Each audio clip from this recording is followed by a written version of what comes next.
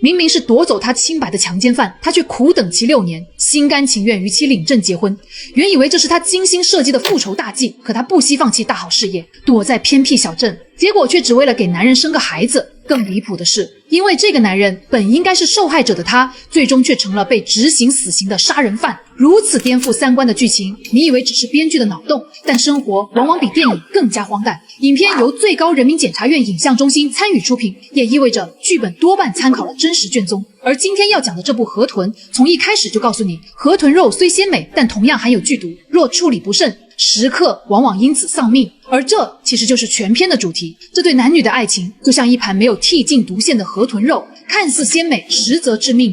如果不剔除过去的伤害和沉默的猜忌，吞下去的每一口都是在自杀。而他更是拍出了一个让人后背发凉的真相，有时候杀死一个人的不是恨，而是爱得太深却说不出口，而沉默有时候才是最致命的毒。为了演出这种扭曲的爱，阿娇也是做了不小的牺牲。那么这个女人为何会爱上一个毁掉自己的人？又是经历了什么才会从受害者变成杀人犯？那个强奸她的男人又藏着什么不为人知的秘密？故事的开始是一场看似毫无悬念的投毒案，女主蒋曼芝手里拿着一支注射器，将提纯的河豚毒素缓缓注入一盒酸奶中，随后又若无其事地将酸奶放回了冰箱。而第二天，她的丈夫柳牧阳在毫无防备下喝下了这盒剧毒酸奶。等到蒋曼芝发现人早已毒发身亡，而接下来蒋曼芝的操作也是出乎意料，她没有逃跑，而是主动报了警，并且交代了丈夫是中毒而死。可正是她的主动坦白，反而让检察官无法给她定罪，因为她在法庭上给出了这样一个理由：我是买给自己的。购买河豚毒素用来做什么？自杀。随后他又提供了自己患有抑郁症的资料，如此一来，案件就成了一个有自杀倾向的人给自己投毒准备自杀，却被不知情的丈夫抢先一步。这充其量是个过失致人死亡，而不是故意杀人。这一招打得检察官阿凯不知所措，可他总觉得哪里不对劲。而眼看案件就要盖棺定论时，阿凯却从同事口中得知了一条关键线索6年前我经办过一起强奸案，他就是那起案件的被害人。这么巧？更巧的是，当年强奸蒋曼芝的被告人跟这起案件的被害人长相惊人的相似。这一线索如重磅炸弹一般，让案件直接延期审理。如果死的真的是同一个人，那案子的性质彻底变了。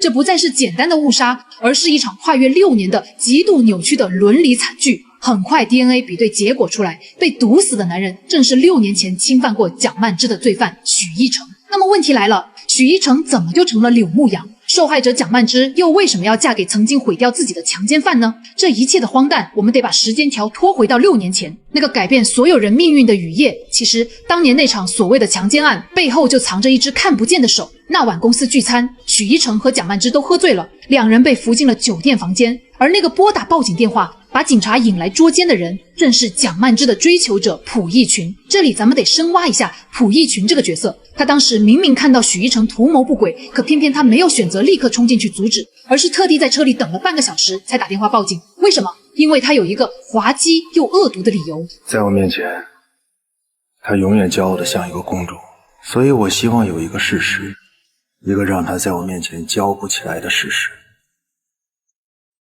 这样他才有可能接受我。他就是那种典型的自我感动型备胎，甚至可以说是一种病态的控制狂。他暗恋蒋曼芝多年，却始终爱而不得。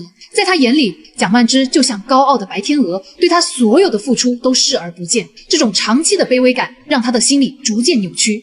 他觉得只有把白天鹅拉进泥潭里，让他变得不完美，甚至脏了，他才有可能低下头来看自己一眼。所以他眼睁睁看着女神被毁，甚至在心里还有一丝隐秘的快感。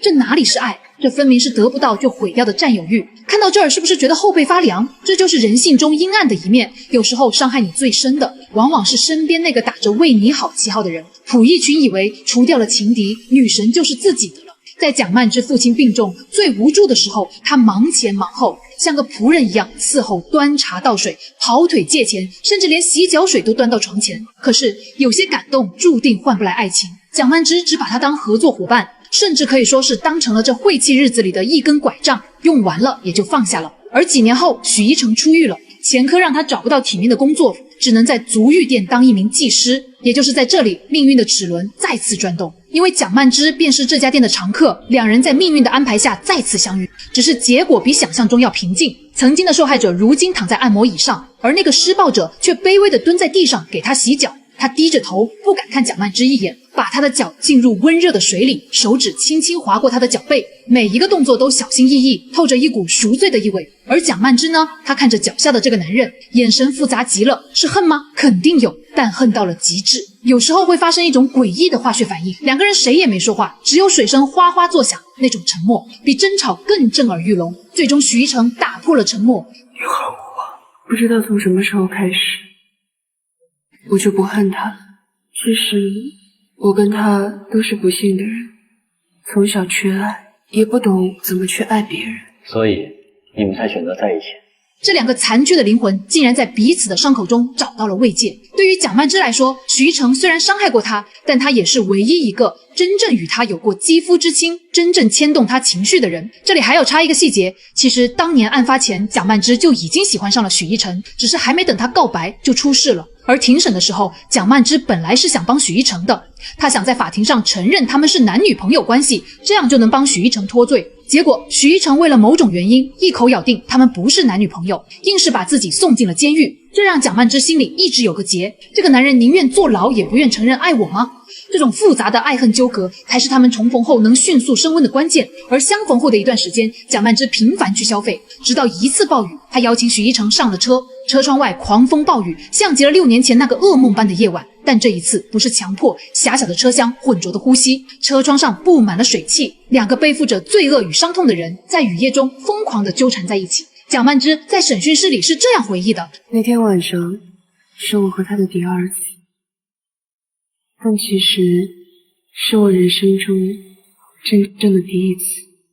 他说明了什么？说明蒋曼芝在精神上已经彻底接纳了这个男人，她爱上了这个曾经的恶魔。但是现实是残酷的，许一成是个有案底的强奸犯，走到哪里都要被人指指点点。在超市里，他们偶遇了许一成的朋友，那个尴尬惊恐的瞬间让蒋曼芝意识到，只要许一成还是许一成，他们就永远活在地狱里。于是为了能在一起，为了摆脱强奸犯这个标签带来的社会性死亡，正巧这个时候他们发现了一个乞丐，不能说和许一成长得像，只能说是一模一样。于是蒋曼芝做了一个疯狂的决定，偷天换日，他们用钱买来了乞丐的身份证。从此许一成死了，活下来的是身家清白的柳牧阳。他们领了证，结了婚。为了彻底避开熟人，蒋曼芝甚至放弃了自己蒸蒸日上的海鲜生意，把公司留给了蒲翊群，算是对他这些年付出的补偿。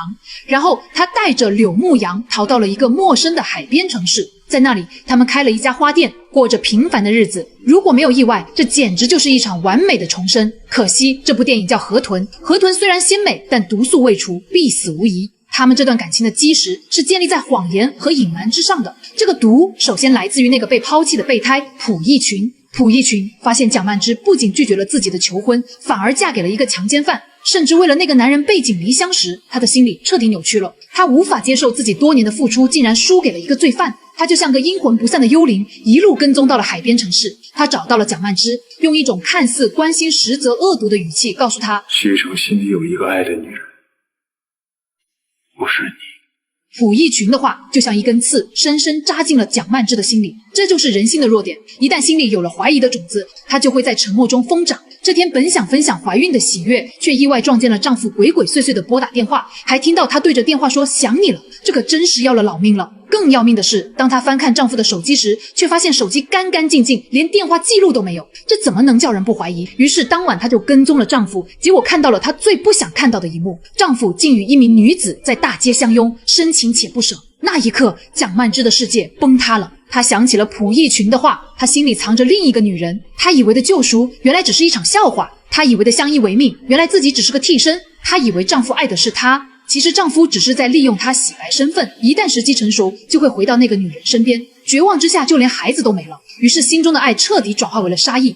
既然你爱的是别人，而我只是个替代品，那就一起毁灭吧。于是这才有了开场的那一幕，一管河豚毒素，一瓶酸奶，一条命。讲到这里，大家可能觉得这就是个渣男出轨被反杀的狗血故事，但真正的反转才刚刚开始。因为检察官在调查中发现了一个巧合，当年帮许一成打强奸案官司的律师和现在帮蒋曼芝打杀人案官司的律师竟然是同一个人，栾珠。更让人细思极恐的是，在监控里和许一成拥抱的那个神秘女人也是栾珠，这到底是怎么回事？难道律师才是第三者？这个女人到底扮演着什么角色？随着检察官顺藤摸瓜，很快便查到了一起陈年旧案。6年前，栾珠的丈夫死于一场山体滑坡，但现场有一个奇怪的细节，阿凯发现当年案发在现场警方发现的打火机居然是许一成的，这意味着许一成很可能在现场出现过。这一刻，隐藏多年的真相才终于浮现，原来许一成和栾珠是邻居，从小一起长大，而许一成是个没妈的孩子，经常挨打，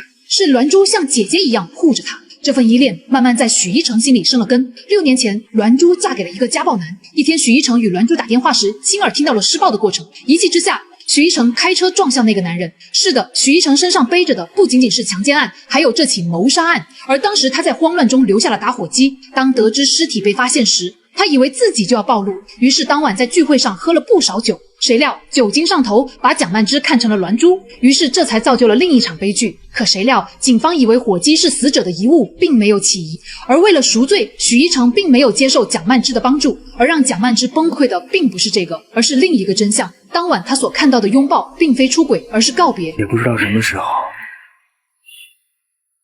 把心里藏着的你慢慢的变成了他，也不知道什么时候，你在我心里就真的变成了姐姐。是的，他爱上了这个被他伤害过的女人，他想要给她一个干净的未来，所以他准备去自首，去把所有的罪孽扛下来。答应我，无论发生什么，帮我照顾好他们。可惜这一切蒋曼芝都不知道，她只看到了表象，只听信了溥仪群的挑拨，只陷在自己的猜忌里。当她在法庭上听到律师栾珠亲口承认这一切，听到许一成死前的告白时，她彻底崩溃了。这才是真正的河豚之毒。许一成的为了你好，所以我不说；蒋曼芝的因为自卑，所以我不问。让两个相爱的人因为信息差，因为猜忌，因为不敢面对过去的伤疤，最终走向了毁灭。电影的最后，蒋曼芝被判了死刑，缓期2年执行。这部电影不仅仅是一部悬疑片，更是一部关于情感、关于沟通、关于救赎的警示录。它折射出的人性弱点太真实了。我们常说沟通是解决问题的桥梁，但在亲密关系里，我们往往习惯了做哑巴。我们总以为懂我的人不必解释，总以为沉默是最大的保护。可是正如电影告诉我们的，爱是河豚肉，必须剔除隐瞒和猜忌这道毒线，否则你吞下去的每一口甜，最后都会变成穿肠烂肚的毒。蒋曼芝的悲剧在于，她始终无法从受害者的阴影里走出来。即使许一成已经把心掏给了他依然下意识地寻找他背叛的证据，这是创伤后遗症，也是人性中可悲的不安全感。而许一成的悲剧在于，他习惯了背负所有，他以为只要自己扛下一切就能换来爱人的安宁，但他忘了，在爱情里坦诚比牺牲更重要。影片也让我们看到，法律可以审判罪行，但无法审判人心；法律可以还原真相，但无法挽回生命。作为观众，我们能从中得到什么？我想大概就是学会张嘴，有爱就说出来，有疑虑就问清楚，别让沉默变成误会，别让误会变成遗憾，因为有些遗憾一旦造成就是一生。就像片中提到的，真相永远是掩盖不住的，既然有了因果，就需要有人去承担。愿我们在爱里都能坦诚相待，剔除毒素，只留鲜美。关注我，带你看懂更多人性背后的故事，我们下期见。